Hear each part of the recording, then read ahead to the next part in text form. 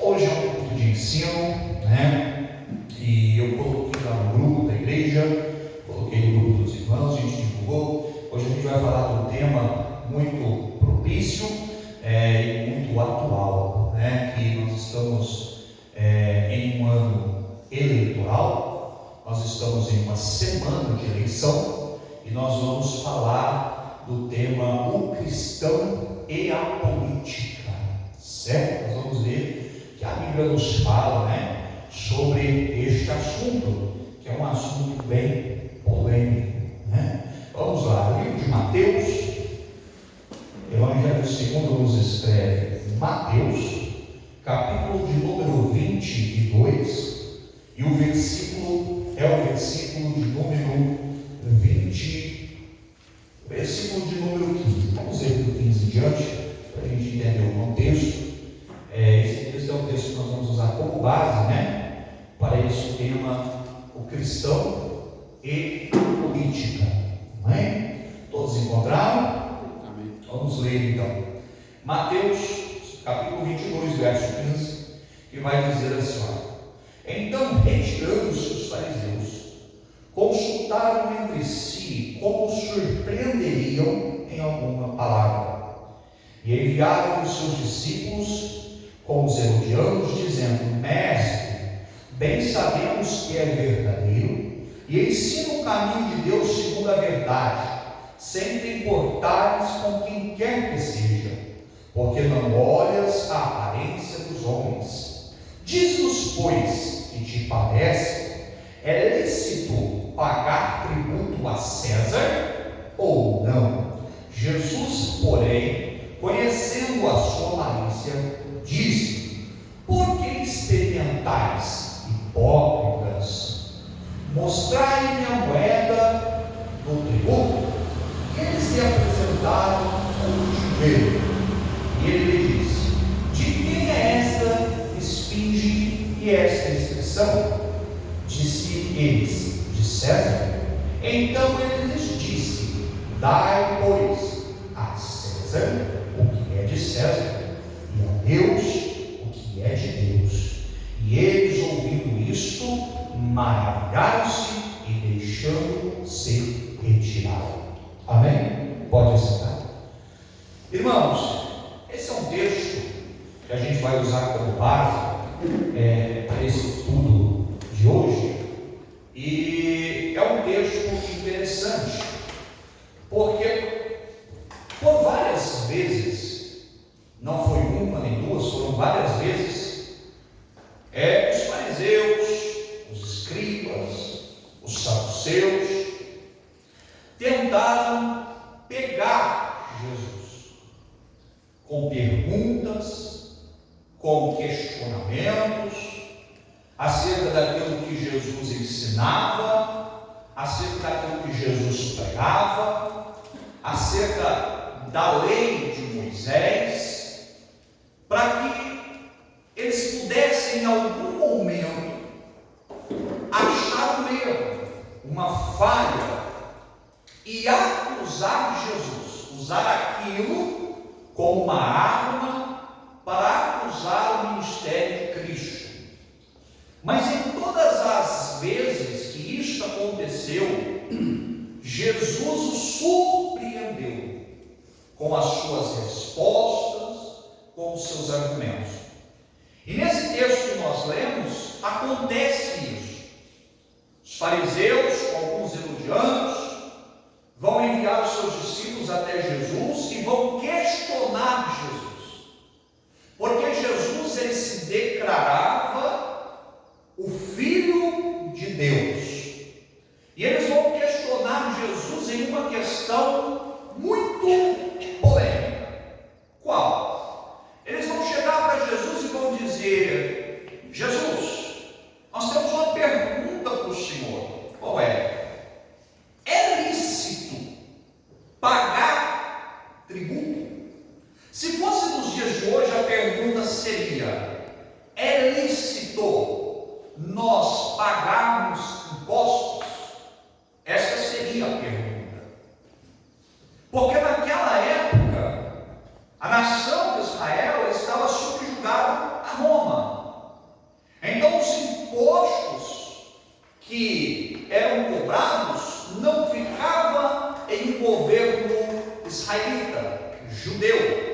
Esses impostos eram levados para Roma, enriquecendo assim o Império Romano. E diz os historiadores que os impostos eram altíssimos.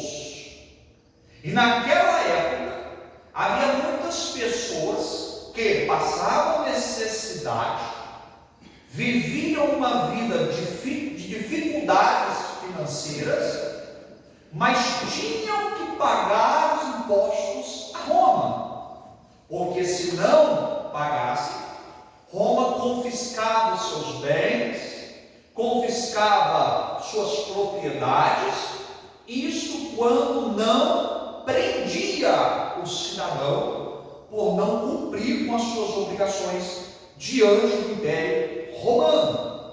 Então isso fez com que a nação de Israel afundasse em uma crise financeira, digamos assim, onde você encontrava muitas pessoas pobres, muitas pessoas necessitadas, muitas pessoas passando por necessidade devido a esta alta cobrança de impostos. E o que mais indignava o povo judeu era que estes impostos eram cobrados pelos próprios judeus, que prestavam serviço ao Império Romano. Eram homens que tinham como profissão cobradores de impostos. Nós temos o exemplo disso em Lucas 19, quando Jesus ele tem um encontro com Zaqueu. Nós temos o exemplo disso quando Jesus ele tem um encontro com Mateus na alfândega. Eram homens que, mesmo sendo judeus, eles prestavam serviço ao Império Romano, cobrando altíssimos impostos dos seus próprios compatriotas, dos seus próprios irmãos. Estes homens, como Mateus, como Zaqueu, eles eram tidos como traidores da nação, porque os demais judeus olhavam para eles e diziam para eles assim: vocês estão tirando de nós, que somos seus irmãos, que somos seus compatriotas, e estão entregando para uma nação, que é Roma, que está nos escravizando, que está nos aprisionando. Então esses homens, eles eram tidos como traidores da nação. É por isso que você vê a grande repulsa que os judeus têm com os cobradores de impostos. Aí, eles vão agora, diante deste cenário, eles vão questionar Jesus. Olha, se tu és o Filho de Deus, se o Senhor é alguém que diz a verdade, o Senhor não olha conforme a aparência. Então nós queremos fazer uma pergunta para o Senhor. Qual pergunta? É lícito pagar impostos? É lícito pagar os tributos que Roma cobra? Naquele momento, se Jesus dissesse assim: não é lícito pagar impostos, aconteceria dois grandes problemas. O primeiro problema é que eles iriam olhar para Jesus e eles iriam ter Jesus, Roma iria olhar para Jesus e ter Jesus como um rebelde, que não queria pagar impostos. E o segundo problema é que aquilo que Jesus falava, as pessoas acatavam e praticavam. Então, se Jesus diz assim: não é lícito pagar impostos, primeiro, Roma, soldados, governador, e olhar e dizer assim: este é alguém que quer criar uma revolução, ele quer criar um motim, ele quer fazer o povo parar de pagar impostos. E o segundo problema seria que quem ouvisse aquilo iria dizer: que ele ensina é verdade, se ele é o Filho de Deus, e ele está dizendo para não pagar impostos, então a gente não paga mais impostos. Então isso ia gerar um grande problema. E o segundo problema era, se Jesus diz, é sim, é isso, vocês têm que pagar, mas sem dar nenhuma explicação, alguém ia dizer e falar, você está do lado de Roma, você está apoiando o governo romano, e poderiam até comparar Jesus com o cobrador de impostos, com o publicano. Então Jesus ele vai usar de uma sabedoria extraordinária. Ele vai dizer, alguém tem uma moeda? Eles vão dizer, temos, está aqui. Jesus vai olhar a moeda e dizer, de quem é o rosto que está a moeda? Alguém vai dizer, o rosto é de César. Então eu tenho uma coisa para dizer para vocês, o quê? Sobre César. Dai a César aquilo que é de César, e dai a Deus aquilo que é de Deus. Neste momento, Jesus ele vai deixar algo bem claro. O quê? Que existem coisas aqui na terra que são feitas, que existem para serem realizadas aqui na terra. E existem coisas que são feitas para serem realizadas no mundo espiritual, na presença de Deus. E dentro deste contexto, eu gostaria de ministrar aqui sobre o tema o cristão e a política. Irmãos, eu fiz um esboço e eu vou acompanhar esse esboço para a gente poder focar e entender. Diante desse texto, vemos a necessidade do cristão cumprir com as suas obrigações enquanto cidadão, e uma dessas obrigações e dever é votar nas eleições municipais e nacionais. Então, diante desse texto, Jesus está deixando uma coisa bem clara: olha, vocês dão a César o que é de César, porque é obrigação de vocês, como cidadãos, como pessoas que são, cumprir com as suas obrigações diante das autoridades. Quando nós olhamos isso para o lado político, eleitoral, nós, como cidadãos que vivemos aqui nessa terra, que temos direitos, mas também temos deveres. Um cidadão, ele é composto de direitos e deveres. Se engana a pessoa que pensa que ela só tem direito, ela também tem deveres a ser cumprido. E um desses deveres que nós temos é que de 4 em 4 anos nós temos que ir às urnas, a uma sessão eleitoral, e escolher o novo presidente, o novo deputado, o novo senador, o novo governador. E quando são as eleições municipais, nós temos que escolher o novo prefeito, ou eleger o que está, e escolher os vereadores que vão se representar. Isto é uma obrigação. Por quê, irmão? Porque cristão também vota. Você não vai chegar, se você não votar no dia, que é o dia da eleição, você vai ter que justificar porque você não votou. Não é justificar, você vai ter que justificar. Se você chegar lá no fórum para justificar, você vai pagar uma multa, coisinha mínima, pouquinha coisa, mas você tem que ter uma justificativa convincente. Se você chegar lá e dizer assim, olha, eu não fui votar no dia porque eu estava doente, eu não fui votar no dia porque eu não estava na cidade, estava viajando, eu não fui votar, uma justificativa convincente. Você vai pagar a multa, você vai estar livre de qualquer punição. Mas, imagina nós, não vamos votar, chegamos lá, começa a justificação em janeiro, né? Janeiro começa a justificar, e você chega lá e diz: eu não fui votar, eu vim aqui pagar a multa e justificar. Por que você não votou? Porque eu sou crente. Eu não votei porque eu sou cristão. Irmãos, isso não é justificativo.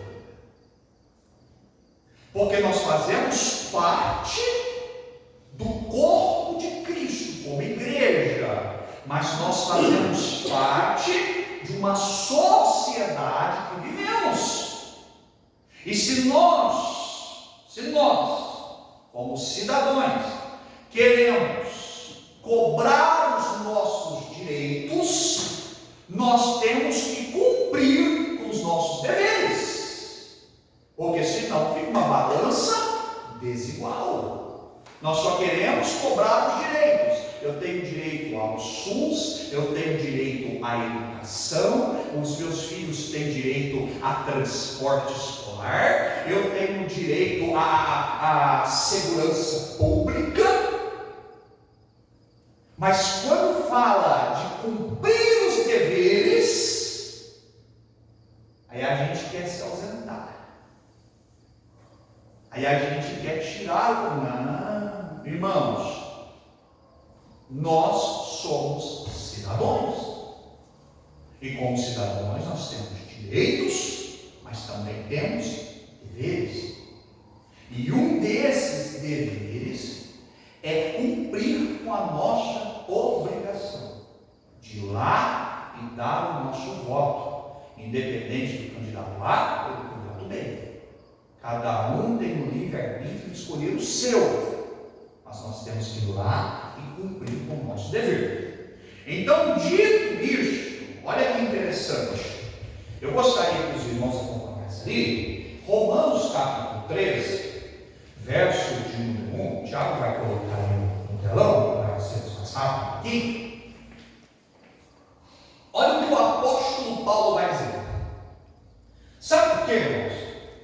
Eu vou me deter um pouquinho aqui, porque nós cristãos,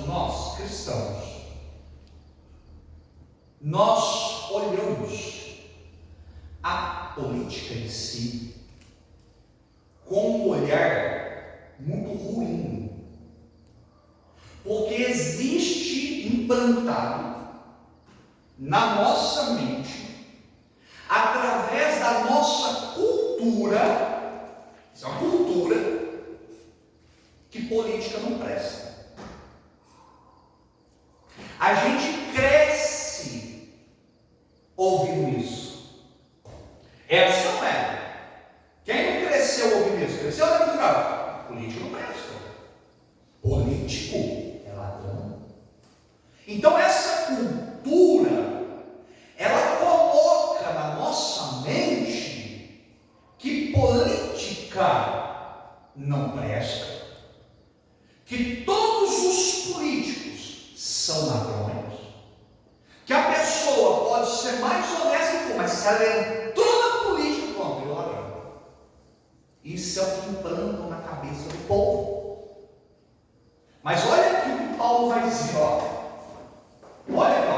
Paulo vai dizer, aquela tradução aí está um pouquinho, tem umas palavras diferentes, mas ao mesmo sentido, depois eu leio aqui na minha Bíblia. Paulo vai dizer, toda alma esteja sujeita às potestades superiores, porque não há potestades que não venham de Deus, e as potestades que há foram ordenadas por Deus. Deixa eu ler para vocês aqui na minha Bíblia, que está com a tradução João Ferreira de Almeida, né? Que é a que a maioria usa, que vai dizer assim, Romanos capítulo 13: toda alma esteja sujeita às autoridades superiores, porque não há autoridade que não venha de Deus, e as autoridades que há foram constituídas por Deus. toda a autoridade. Toda. Porque nós temos que entender uma coisa. Existe a vontade de Deus determinativa, que é aquilo que Deus determina. Vai ser. Essa ninguém muda. E existe a vontade de Deus permissiva, que é quando Deus permite que aquilo aconteça. Mas independente de uma ou de outra, nada acontece sem a permissão de Deus. Então, quando uma autoridade ela é constituída, é porque Deus permitiu que aquela autoridade fosse constituída. Agora, escute, permissão. Mas isso não quer dizer, escute bem isso, que o que Deus permite é o que Ele quer ou deseja. Nós temos que entender isso. Ah, mas o governador que está lá é assim, assim, assim, assim. Então quer dizer que Deus permitiu? Não. Quer dizer que Deus queria. Deus permitiu. Eu não estou falando que Deus queria. Mas Deus permitiu, porque Deus respeita a livre escolha humana. Eu vou te dar um exemplo disso. De uma autoridade constituída por Deus, que Deus não queria, mas foi constituído porque o povo quis. Samuel era o último juiz, era o juiz que julgava Israel. Aí de repente o povo vai chegar para Samuel, porque o povo está vendo que todas as nações em volta de Israel têm rei. Mas Israel não tinha rei. Israel tinha um juiz, que era Samuel. E o povo vai se ajuntar, vai chegar a Samuel e vai dizer: Samuel, ore a Deus, constitua sobre nós um rei, porque nós queremos um rei, Samuel. Os filisteus têm 5 reis, nós queremos um. Samuel olhou aquela situação e ele disse: eu vou orar a Deus. E Samuel foi orar, e na oração Samuel disse assim: Senhor, o teu povo me rejeitou. Deus disse: não, Samuel, o povo não rejeitou você, o povo rejeitou a mim, porque eu tenho sido rei sobre Israel. Eu tenho cuidado de Israel, eu tenho guiado Israel, eu tenho protegido Israel, eu tenho suprido a necessidade de Israel. E o povo agora pede um rei. Tudo bem? Desce lá, diga para eles que eu posso até dar um rei para eles. Olha, não era a vontade de Deus dar um rei para eles naquele momento. Diga para eles que eu posso dar um rei para eles. Só que este rei vai escravizá-los. Este rei vai tomar todas as virgens para ele. Este rei vai pegar o melhor da colheita e deixar os frutos mais ruins para o povo. Diga para ele, Samuel. Aí Samuel foi, desceu diante do povo e disse: olha, Deus falou que pode até dar um rei para vocês. Só que o rei vai fazer tudo isso. Sabe qual foi o voto do povo? Nós queremos um rei. Aí Deus diz: então, se vocês querem, eu dou. Então, nem sempre o que Deus permite é o que Deus quer, mas é decisão do povo. E Deus disse para Samuel: Samuel, sai, você vai achar um moço procurando ali os cabritos do seu pai, unge ele como rei de Israel. Irmãos, o reinado do rei Saul foi um desastre todo, porque não era o que Deus queria, mas Deus permitiu. Então toda a autoridade, irmãos, ela só chega ao poder, seja ele ruim, ou seja ele bom, porque ele está debaixo da permissão de Deus. Ninguém ocupa um trono, ninguém se senta em um trono, ninguém ocupa um cargo político, ninguém ocupa um cargo de autoridade, se Deus não permitir que ele ocupe. Então, quando uma autoridade ela é constituída, todos devem se sujeitar a essa autoridade, pois não há autoridade que não venha de Deus. As autoridades que existem foram permitidas por Deus, desde que esta obediência e este respeito que você vai ter pela autoridade não contrarie a palavra de Deus e os seus princípios. Quando uma autoridade ela chega ao poder e ela começa a contrariar a palavra de Deus e os seus princípios, aí, irmãos, você não deve submissão a essa autoridade. Você não vai se vender por isso. E nós temos exemplo disso. Exemplo disso é quando o rei Nabucodonosor começou a contrariar os princípios de Deus, ergueu ali uma estátua e disse: aquele que não adorar vai ser lançado na fornalha. Sadraque, Mesaque e Abednego desobedeceram à autoridade, porque contrariaram os princípios de Deus. Daniel dá e falou assim: olha, não, quem orar não vai orar no período, porque quem orar vai sofrer uma punição. Daniel disse: opa, é uma autoridade, mas contraria os princípios da palavra de Deus. E aí ele vai orar. Deus conhece, Deus vai guardá-lo dentro da cova dos leões. Então, irmãos, nós temos que ser sujeitos às autoridades, respeitar as autoridades, desde que essas autoridades não estejam contrariando princípios da palavra de Deus. Aí nós temos que ser submissos e respeitar essas autoridades, porque foram constituídas pela permissão de Deus. Agora, olha que interessante, quando nós falamos da cultura, e nós dissemos que isto é uma cultura implantada na nossa mente, nós vamos ver que isso é uma realidade. Porque nós, desde criança, você cresce escutando isso. Política não presta, política é suja, que política só tem bandido, que política só tem ladrão. Você escuta isso. E você cresce com isso, acreditando nisso. Mas, irmão, não é bem assim. Olhe bem, Gênesis capítulo 41, verso 41. Olha o que a Bíblia diz. Gênesis capítulo 41, verso 41.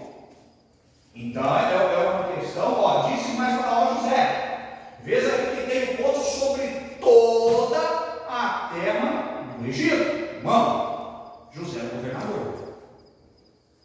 E desde quando nós sabemos governador é um cargo político? Porque era José quem fazia a transação política entre os países ao redor. Isso é tão verdade que quando veio a fome, quando o povo chegava para comprar as coisas, eles iam até José. Porque era José quem negociava, era José quem fazia os acordos políticos. Irmão, a Bíblia Era política. Sim. Só que desde que eu conheço por gente, eles falam que tem o lado bom e o lado ruim. Sim, nós vamos chegar lá. Então, era José quem fazia essa negociação. Ele era a pessoa responsável por fazer essa transação, esse intercâmbio, para que assim o Egito crescesse, prosperasse, e Deus, através de José, abençoou toda aquela nação. Olha aqui, ó. Então José foi um governador. Esther capítulo 10, verso 3. Olha o que a Bíblia vai dizer de Esther. Capítulo 10, verso número 3. Olha o que ela fala. Que interessante, ó. Porque o judeu Mardoqueu foi o segundo depois do rei Assuero, grande entre os judeus, estimado pela multidão de seus irmãos, procurando bem seu povo e proclamando a prosperidade de toda a sua descendência. E algumas traduções que você vai ler, aí algumas traduções vão dizer assim, porque o judeu Mardoqueu foi o primeiro ministro do rei Mardoqueu. Eu estava conferindo isso hoje em algumas traduções. Acho que a King James diz isso. Que Mardoqueu ele é o primeiro ministro. O que é o primeiro? Bom, o que é o primeiro ministro? É um político. Então Mardoqueu ele é o responsável pela logística do reino. Ele é responsável pela comunicação entre os demais reinos, e ele trabalhava para o bem do seu povo e para que o seu povo prosperasse. Olha outro político aqui, ó. Daniel 2,48. Esse é o político muito conhecido. Daniel 2,48. Então o rei agradeceu a Daniel e deu muitas e grandes dádivas, e pôs por governador de toda a província da Babilônia. Quem é o governador? É um político que governa. É uma pessoa que tem a incumbência de governar, de tomar as decisões de um reino, de um estado, para o crescimento e desenvolvimento daquela nação, daquele estado. Olha lá. Olha outro aqui, ó. Olha esse interessante. Marcos 15:43, lá no Novo Testamento, ó. Marcos 15:43, e esse aqui o próprio Marcos vai dar testemunho. Chegou José de Arimateia. O que ele era? Senador. Agora o interessante, é o que vem depois, ó. Chegou José de Arimateia, senador, honrado.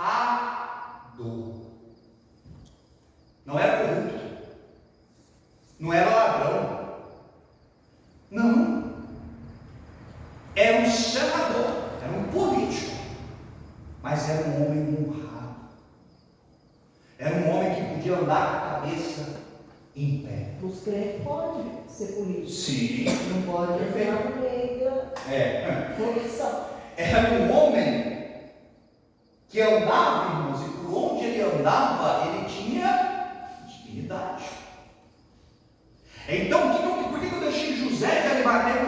Porque nem todo político é ladrão. Nós não podemos generalizar. No meio de todo segmento existe gente ruim, irmão. Se você pegar a classe de médico, existe médico ruim, mas existe médico bom. Aí por causa de um médico ruim, dois médicos ruins, você vai dizer que os médicos tudo presta? Não, nenhum médico presta. Cada um ou dois. Existe advogado bom, existe advogado ruim. Aí por causa de um ou dois advogados ruins, você vai dizer que todos os advogados prestam. Existe pastor bom e existe pastor ruim. Aí você vai dizer que por causa de dois pastores ruins, o resto dos pastores tudo presta. Existe político bom que quer trabalhar para ver o povo prosperar, que quer trabalhar para ver a nação ser abençoada. Existem políticos que querem trabalhar para ver o Brasil crescer, para ver as empresas virem, o desemprego diminuir, tirar as pessoas da pobreza. Mas existem políticos ruins que querem entrar lá para ficar rico, para desviar dinheiro, para corromper. Mas nós não podemos generalizar. Então nós temos que tirar isso da cabeça, irmão. que política é ruim e que todo mundo que está lá é bandido e é ladrão. Porque a história não é bem assim. Existe o lado ruim e existe o lado bom. José de Arimateia era o senador. Agora você vai falar para mim que nessa época aqui não existia corrupção? Uma corrupção existe no Éden. Eva deixa se corromper por causa de uma fruta. Corrupção existe desde quando a humanidade. Você vai dizer para mim, na época de José de Arimateia não tinha corrupção? Irmão, venderam Jesus, armaram para Eva uma corrupção danada para poder levar Jesus até a cruz. Mas José de Arimateia era um senador honrado, que não compactuava com as coisas que aconteciam ao seu redor. Agora vamos lá, ó. Consequência de quando um governante que teme a Deus governa. Provérbios 29, 2. Agora existe uma grande diferença. Quando uma pessoa que teme a Deus está no poder, e que quando uma pessoa que não teme a Deus está no poder. Olha lá, diz assim, ó: quando o justo se engrandece, o povo se alegra, mas quando o ímpio domina, o povo geme. Deixa eu ler nessa tradução de uma Ferreira, então. Provérbios, capítulo 29, né? Versículo 2, que é a minha tradução, que é igual a dos irmãos, que vai dizer assim, ó, Provérbios 29, 2: quando os justos governam, o povo se alegra, mas quando o ímpio domina, o povo suspira. Bom, quando o justo governa, o povo se alegra. O que é uma pessoa justa? Uma pessoa justa, irmãos, é uma pessoa que não se vende. Uma pessoa justa é uma pessoa que não deixa se levar pela corrupção. Uma pessoa justa é uma pessoa que prioriza a verdade, que não se deixa levar pela mentira, que não engana os demais. Isto é uma pessoa justa, uma pessoa transparente, que ela pode olhar e dizer assim, ó, não, minha vida é um livro, vocês podem abrir e folhear para ver. Isso é uma pessoa justa. Então, quando uma pessoa justa ela está no poder, a tendência é o povo se alegrar. Por quê? Porque essa pessoa ela vai tratar as pessoas de iguais para iguais. Ela não vai ter privilégios para uns e deixar os outros de canto. Ela vai tentar trabalhar de maneira que todos, de forma geral, possam ser abençoados. E isso, quando isso acontece, o povo se alegra, porque o povo vê a sinceridade, a verdade. Ser justo, escute isso, senão nós vamos ter um problema aqui. Ser justo não é ser perfeito. Cuidado, senão a gente tem um problema aqui. Ser justo não quer dizer que essa pessoa nunca vai errar.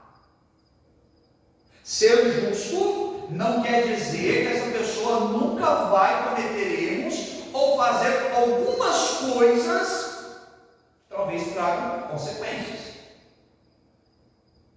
Porque aí não é ser justo, é ser perfeito. E ser perfeito só Cristo. Então uma pessoa ela pode ser justa, mas ela pode errar em algum momento. Ela pode ser justa, mas em algum momento ela pode tomar uma decisão que não traga benefícios. Mas ela faz de tudo para manter uma linha de justiça, para que assim as pessoas possam se alegrar com o seu governo. E aí continua dizendo assim, ó, mas quando o ímpio domina, o povo geme. O povo sofre.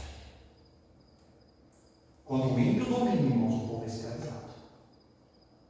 E você sabe o que é ímpio? Sabe o que é a palavra ímpio? A palavra ímpio, ela retrata as pessoas que zombam de Deus. Isso é ser ímpio.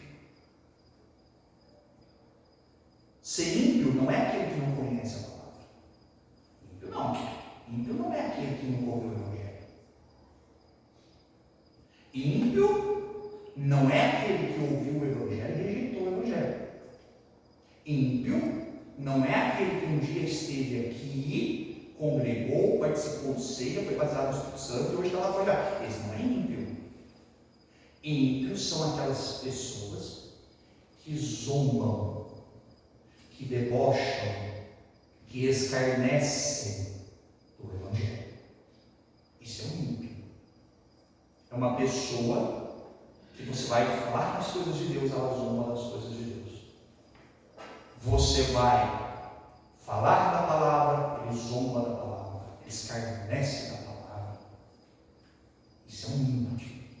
Uma pessoa que tem o coração voltado a zombar das coisas de Deus. E quando o ímpio está no poder, queridos, o povo sofre. O povo sofre. Porque se ele zomba das coisas de Deus, se ele escarnece das coisas de Deus, aí eu faço minha, com muita modéstia, as palavras de Jesus. Jesus disse assim: havia um homem que não respeitava o homem e nem a Deus temia. Esse homem é terrível. Quando o homem é um ímpio e ele não respeita a Deus, ele zomba das coisas de Deus, não. Esse homem é terrível.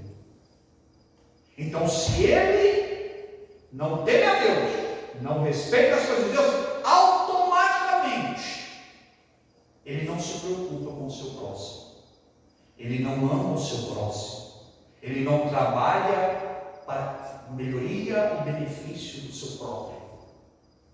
Então, para ele, tanto faz se as pessoas estão comendo ou não estão comendo, se as pessoas têm saúde ou estão doentes, se tem educação ou se não tem educação. Porque para ele, tanto faz. Ele não respeita a Deus, ele escarnece das coisas de Deus. Isso eu não sei se os irmãos têm conhecimento disso, mas a nossa Constituição, ela é baseada, não só a nossa, como a Constituição americana, ela é baseada no Sermão do Monte, dito por Jesus. Os nossos constituintes, e os constituintes americanos, quando foram fazer a Constituição, eles se basearam no Sermão do Monte, dito por Jesus.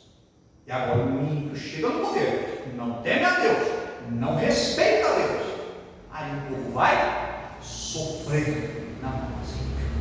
Agora, vamos lá, estamos caminhando para o fim. Ó, Salmo 33, 12. E a nação, irmãos, a nação, ela tem por consequência, característica de seguir o seu líder. A nação faz isso. Você vê isso dentro da Bíblia. Quando tinha um governante que temia a Deus, o povo se voltava para Deus. Se você pegar o livro de Reis, primeiro Reis, segundo Reis, o livro de Juízes, você vai ver isso. Quando o governante temia a Deus, o povo se voltava para Deus. Quando o governante não temia a Deus, irmão, o povo escarnecia de Deus. Você vê isso na Bíblia. É só você olhar o livro de Reis, livro de Juízes, você vai ver isso. E por quê? Porque o povo, a nação, os súditos, eles têm por característica seguir o líder.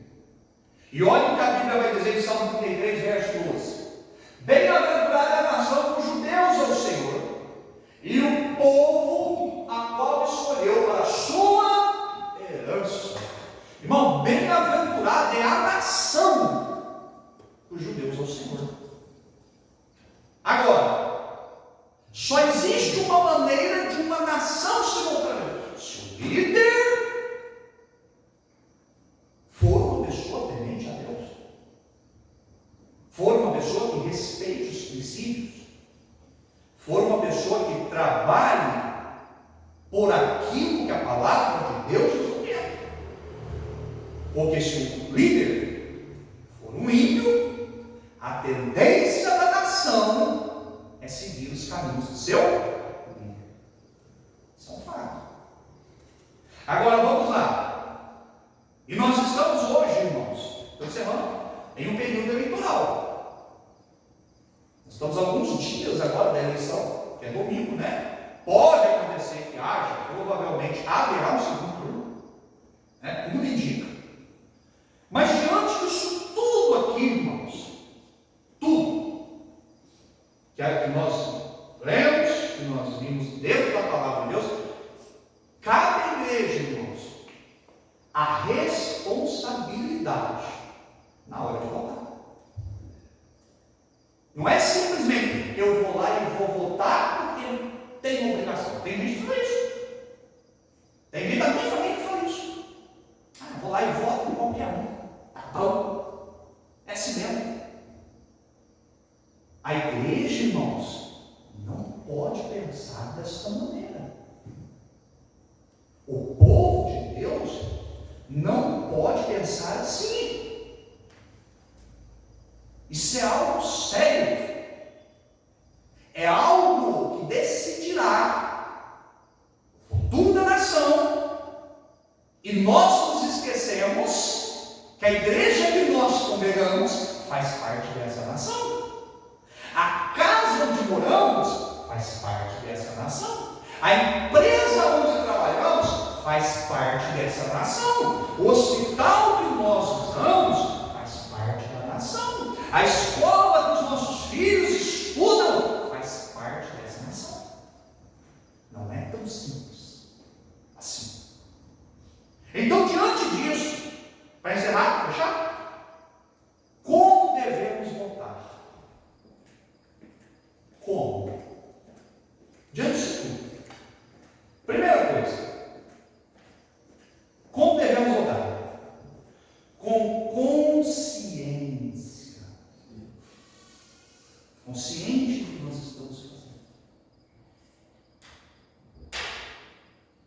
E analisando as propostas feitas por cada candidato. Não, quando eu estou dizendo isso, eu estou presidente da República, não.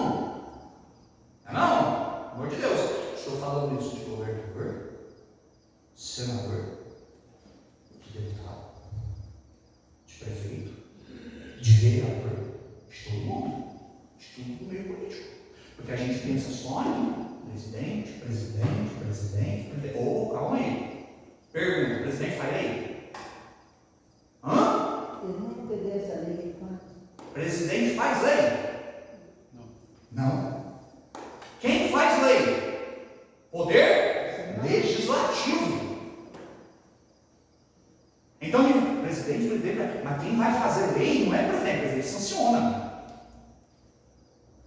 Ou ele veta, ou ele autoriza. Quem faz lei é deputado. Quem faz lei é senador. Então, você não, a gente a gente bota qualquer um no Senado, a gente bota qualquer um na Câmara dos Deputados, e quem vai fazer a lei é deputado e senador. É eles que fazem lei, o presidente não faz lei. O presidente executa. O legislativo faz, executivo autoriza e judiciário faz cumprir. São as três esferas de poder que a gente tem: legislativo, judiciário e executivo. Então nós temos que tomar cuidado, irmãos. Então por isso, primeiro, como nós devemos votar? Consciente. Você tem que conhecer o candidato que você está pondo lá. Ainda mais hoje. Hoje, irmão, se fosse há 30 anos atrás, eu até concordo, nós teríamos dificuldade de fazer isso. Há 30 anos atrás, nós não teríamos informação, como temos hoje. Qual era a informação que a gente queria ter há 30 anos atrás? O santinho que entrega. Entregar aquele santinho lá, você olhava lá, isso aqui é legal, cara de gente boa, meu irmão, não vai ficar bom. Hoje não, irmão.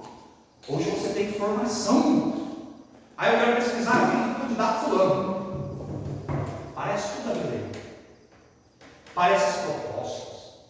Qual é a intenção dele? Se ele já foi preso, se ele já não foi. Se ele estudou, se ele não estudou. Se ele é graduado, se ele não é. Parece tudo. Você está respondendo processo, ele não está. Então hoje nós temos, irmãos, este privilégio.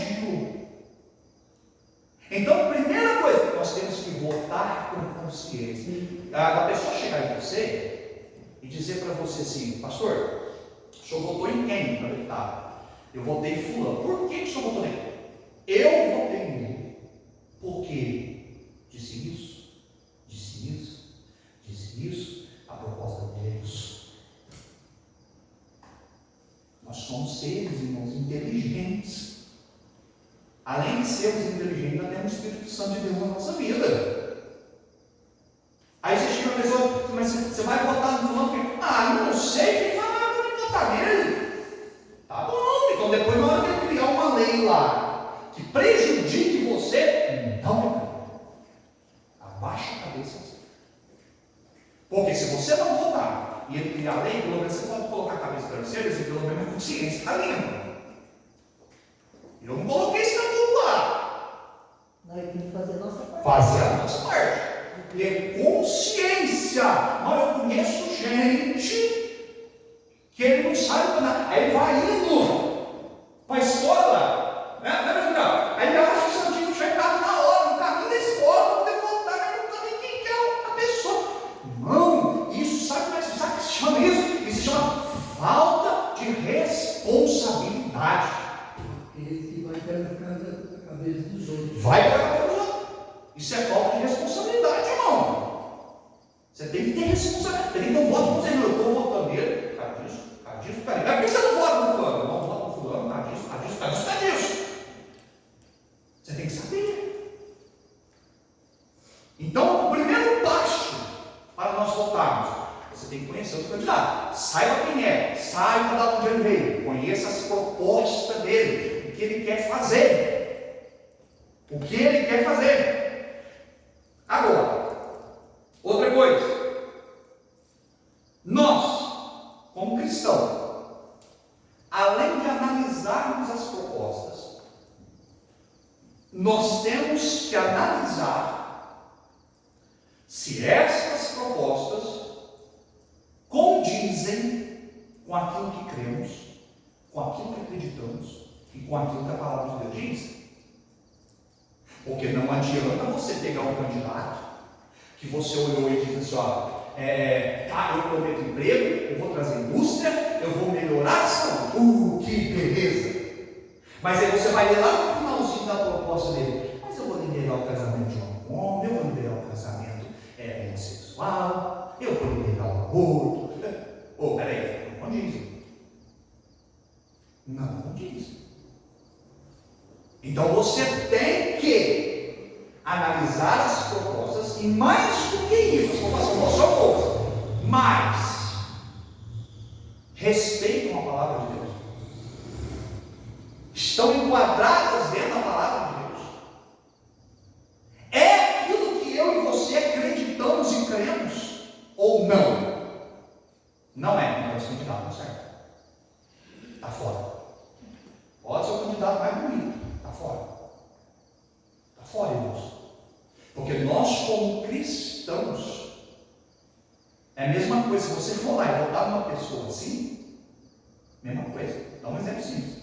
É a mesma coisa. Se você for lá e votar numa pessoa desse jeito, é a mesma coisa que você dissesse, ó, não pode beber, não pode beber, não pode beber, não pode tomar pinga, não pode tomar cachaça, não pode beber uísque. Aí eu termino o culto, tiro o paletó, passo da rua e abro um bar. E lá no bar está lá cachaça, pinga, cigarro. Não está condizendo com o creio. Eu estou pregando uma coisa, mas estou denunciando outra. Então nós temos que analisar com cuidado. Chegando no final, segunda coisa importante. Primeiro, analisar os candidatos, conhecer, ver se as propostas são propostas enquadradas na palavra de Deus. Segundo, orando a Deus. Irmãos, isso é algo muito importante. A igreja tem que parar de tomar decisões próprias. O cristão tem que parar de tomar decisão própria. Ele tem que buscar a direção de Deus, irmão. Orando a Deus para que nos direcione, nos dê sabedoria, para escolhermos nossos candidatos. Por quê? Porque só Deus conhece o coração do homem. Isso é sério. Eu vou votar no fulano que fala bonito. O discurso dele me emociona. Ele usa umas palavras bonitas. Ele fala bem. Ele tem desenvoltura. As propostas dele é bom. Não, mas glória a Deus. Busque uma direção de Deus. O mais interessado em abençoar a nação é Deus. Então você vai dobrar o joelho e dizer: Senhor, eu escolhi esse candidato aqui, daqui. Mas Senhor, me dá uma direção, ilumina a minha mente, põe no meu coração se realmente eu devo botar nele. Se não for ele, Senhor, me direciona. Não, irmãos, nós não fazemos isso. Nós olhamos ali, vai esse mesmo. Esse aqui eu gostei mais. Esse aqui eu achei que vai ser, eu acho que vai ser melhor. Esse aqui, hoje tem uma frase assim, é o menos pior, né? Esse aqui eu acho que vai ser o menos pior. Não, irmão, isso não é atitude de cristão. É por isso que tem muitas nações que estão afundadas. Muitas nações aqui em nossa volta, graças a Deus não permitiu isso chegar no Brasil. Mas é por isso que tem muitas nações em volta de nós, vizinhos nossos, que eram países ricos, prósperos, até mais ricos do que o Brasil, hoje estão afundados. Está devendo, o povo está passando fome, não tem o que comer, tem dinheiro jogado no chão, e o povo passa e pisa em cima porque a moeda não vale mais nada. Tem dinheiro, mas não tem alimento. Vai comer dinheiro? Vai comer papel? Por quê? Falta de responsabilidade na hora de escolher seu governante. Porque foi o povo que foi pôs lá. Foi as urnas que levaram aquele governante até lá. Agora o país afundou. E agora como é que resolve a situação? Agora para tirar não tem jeito. O povo já está passando fome. Já não tem mais alimento. Então, irmãos, é uma decisão séria. Nós precisamos orar, buscar a Deus. Senhor, é a eleição, é o futuro do país, mas eu moro nesse país, Senhor. A igreja que eu congrego está nesse país. Direciona a igreja, dá sabedoria ao povo. Nós temos que orar, irmãos, para que Deus direcione não só nós, mas a nação naquilo que for melhor. Terceiro e último, eu encerro. Então, primeiro, conhecer o candidato, conhecer suas propostas, analisar se está de acordo com a palavra. Segundo, orar, buscar a direção de Deus. Terceiro, pedir a Deus, irmãos.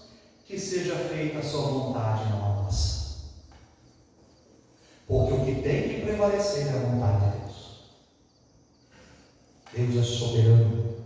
Nós temos que fazer a nossa parte. A nossa parte é pedir para que Deus Se Jesus tiver as portas, a vontade dele. se Jesus tiver as portas, nós temos que fazer a nossa vontade. Sim. Nós estamos com o nosso coração tranquilo. Sim. Porque se ganha daquilo que não é, que está na presença de Deus, mas vai ser a vontade de Deus, porque vai ser uma grande virada. Sim. E aí muitos crentes vão converter em verdade.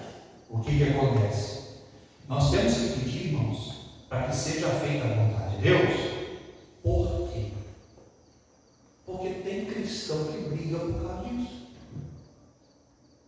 Ô, irmãos, isso não é atitude cristã. Então, a gente fazendo a parte da gente, vivendo, sendo fiel com Jesus, nós vamos ficar fiel com Jesus. Sim. Se acontecer do outro lado, Jesus está nos portas. Nossa, irmão, não tem mais tempo. nós temos que cuidar, nós temos que cumprir nossa obrigação, mas nós temos que ter na nossa cabeça que seja feita a vontade de Deus.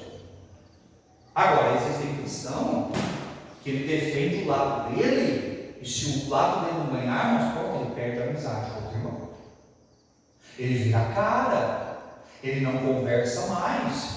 Tem casos de família que irmão perde a amizade com outro irmão, pai perde a amizade com o filho, nora perde a amizade com o cunhado, porque eu defendo o lado A, eu defendo o lado B, e o lado B perdeu, o lado A ganhou, e agora não vai mais para cá, o culpado é você, que você não vou... Não, pelo amor de Deus, isso não é atitude cristã. Cada um tem o direito de decidir o seu voto conscientemente, com responsabilidade daquilo que está fazendo. Eu não sou obrigado, escute isso, eu não sou obrigado a concordar com o candidato que você escolheu. Eu não sou obrigado a fazer isso. Mas eu tenho por obrigação respeitar o escolher. Eu não sou obrigado a concordar. Você vai chegar em mim e falar assim, pastor, eu vou votar no fulano tal. Talvez eu não concorde. Eu não concordo. Não concordo com isso não. Mas eu tenho que respeitar. Isso é uma obrigação, mas por educação eu tenho que respeitar. Nós, como cristão, tem que falar se ele está do lado de Jesus. Sim. Eu estou do lado de Jesus. E orarmos, irmãos, para que seja feita a vontade de Deus. Para que, quando acabar a eleição, passou a eleição, ganhe quem ganhar. Eleja quem eleger. Eu continue tendo comunhão com o meu irmão. Eu continue tendo comunhão com a minha família. Eu continue tendo comunhão com o meu vizinho, com as pessoas que trabalham comigo. E que nós não deixemos isso nos afastar da presença de Deus. Concluindo, fechando aqui.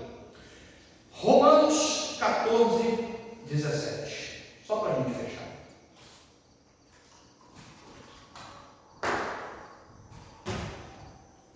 Romanos 14, 17. Para a gente terminar. Paulo diz assim: porque o reino de Deus não é comida nem bebida, mas justiça, paz, alegria no Espírito Santo.